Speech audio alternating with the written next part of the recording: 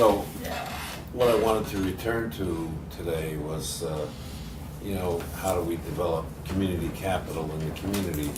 And I asked these two lovely ladies to come here because they can account for a couple of these components in our image.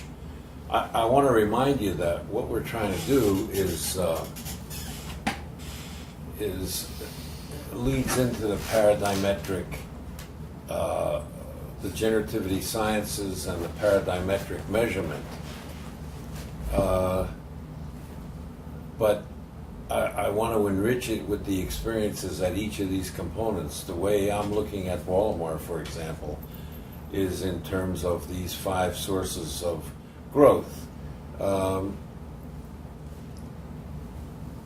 And then in paradigmetric terms, we study the functions and we study the processes. So we have the functions, components, processes, which is your basic entry into the operations in any space that you're dealing with.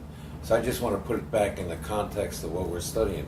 It just so happens that in Baltimore we have a real life crisis for applying things. So let me orient you to this picture real quick. Not that you haven't developmentally been through it. We usually conceive of the community from home to school to college to governance to private sector. Those of us who conceive of it. And this is a developmental and cumulative way of approaching the community. And Dick correctly pointed out that I was putting those arrows developmentally. There's another way to come at it, which is the way we're going to ultimately come at it, which is deductively. So just as you go developmental, coming down, we're nesting and encoding. They're developing and accumulating. We're nesting and encoding coming down from the higher order processes and functions through the governance to the college to the schools and the homes. And so we're just going to let that roll. So again, what we're looking at in each one of these sites, and we'll begin developmentally where we're most comfortable with the home. We're seeing the home has what we're calling, for the time being, till we find a better term, the mechanical function, the mechanical capital development, which you see on the flag there. It's basically working with our kids to help them to understand how everything works. And that's all we're really saying. The world that they live in has certain aspects of it that have a mechanical process operating for it. To me, So, it's like living. You have the living, learning, working functions. The big Yeah. functions is like living, yeah. and a little bit of starting to learn how to be curious, so I can be a learner. So it's like entry level. But in terms of skills, which we're concentrating on, no, I'm with you. I agree. In terms of skills, they have to learn some basic relating skills so that they can take the kids to accomplishing the mechanical functions. So the home is the component. The mechanical functions are the objectives, the functions, and the relating skills to take them to it. And we had a little bit of a discussion last time. It doesn't mean they have to go out and understand the process of photosynthesis to take the kids out and talk to them about how flowers grow. It doesn't mean they have to understand the gas lines when you take them into the front of the house when they're working on the gas main in the street. It doesn't mean they have to understand electricity. It doesn't mean anything except to orient the kids that there's a process going on out here. You can call it cause effect, you can call it whatever you want, but here's the stimulus and here's the response. And you can say there's a bunch of little people in that process in between that you can't say. You can say almost anything. I mean, what you're doing is stimulating their neurons. The whole process is to stimulate their neurons and then to reinforce them, to which we utilize responding skills for it. But And I think it's a dynamic interaction. Go ahead, because you Karen. don't have to teach children to be curious. They come wired that way. Oh, yeah.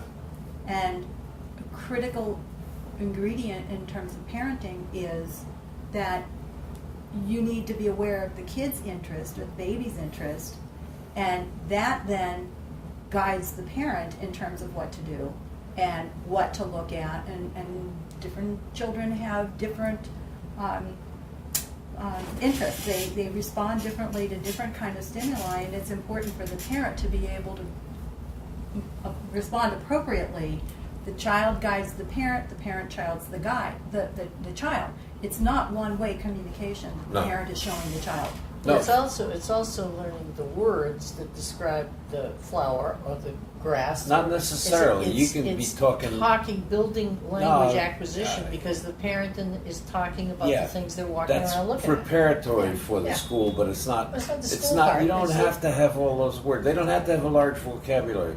Karen's point is that this is social learning. EUA is a social learning process. If you take the kids like Chris's kid in there, and over a period of time, he'll start to explore. He'll start to figure out that this means something to him early on, and finally he'll start to act. It's the naturalistic learning It's the process. sensory awareness And that I needs think to the be large maintained.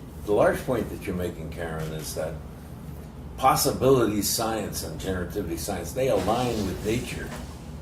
They align with human nature. And it doesn't all come out of our directing the process. Just getting them to align with it.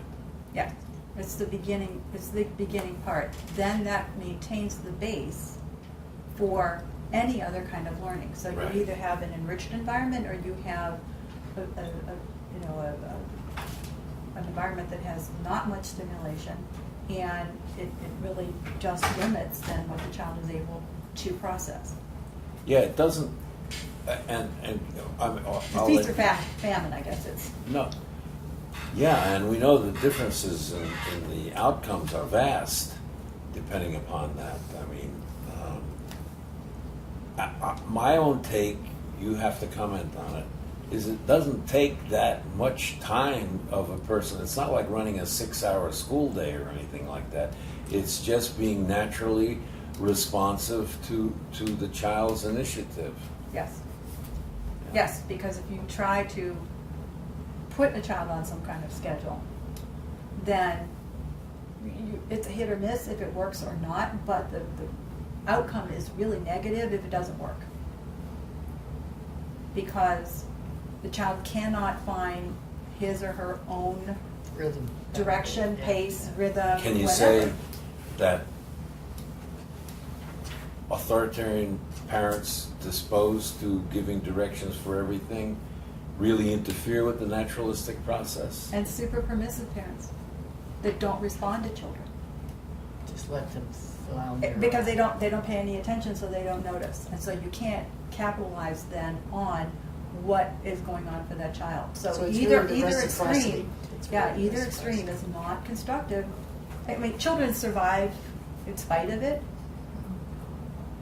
Most do okay, but if we're really looking at what is going to get us the maximum, then it's not the 180. It is in the middle, where you've got that dynamic interaction between the child and the parent.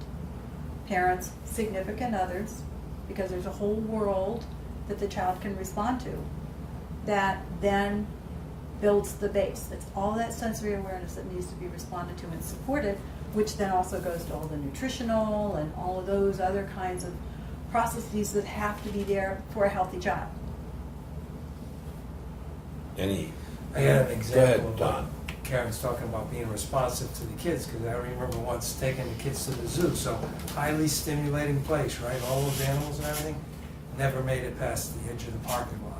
Because there was a stream by the parking lot at the zoo, they just wanted to play in the stream. So 2 hours later, the visit to the zoo never got in the zoo, just went to the parking lot and then drove home. They had a great time. And that's it. That's what's important. They had a great time. it's a walk, it's cooking. It's, you know, that listening to a strange noise and where is it coming from and following that. It's Bronfenbrenner's view of the child and then building out and Brazelton and all of that, who, you know, really believe that if you could only teach parents to pay attention to their children, a lot of good things would happen. They could rear us.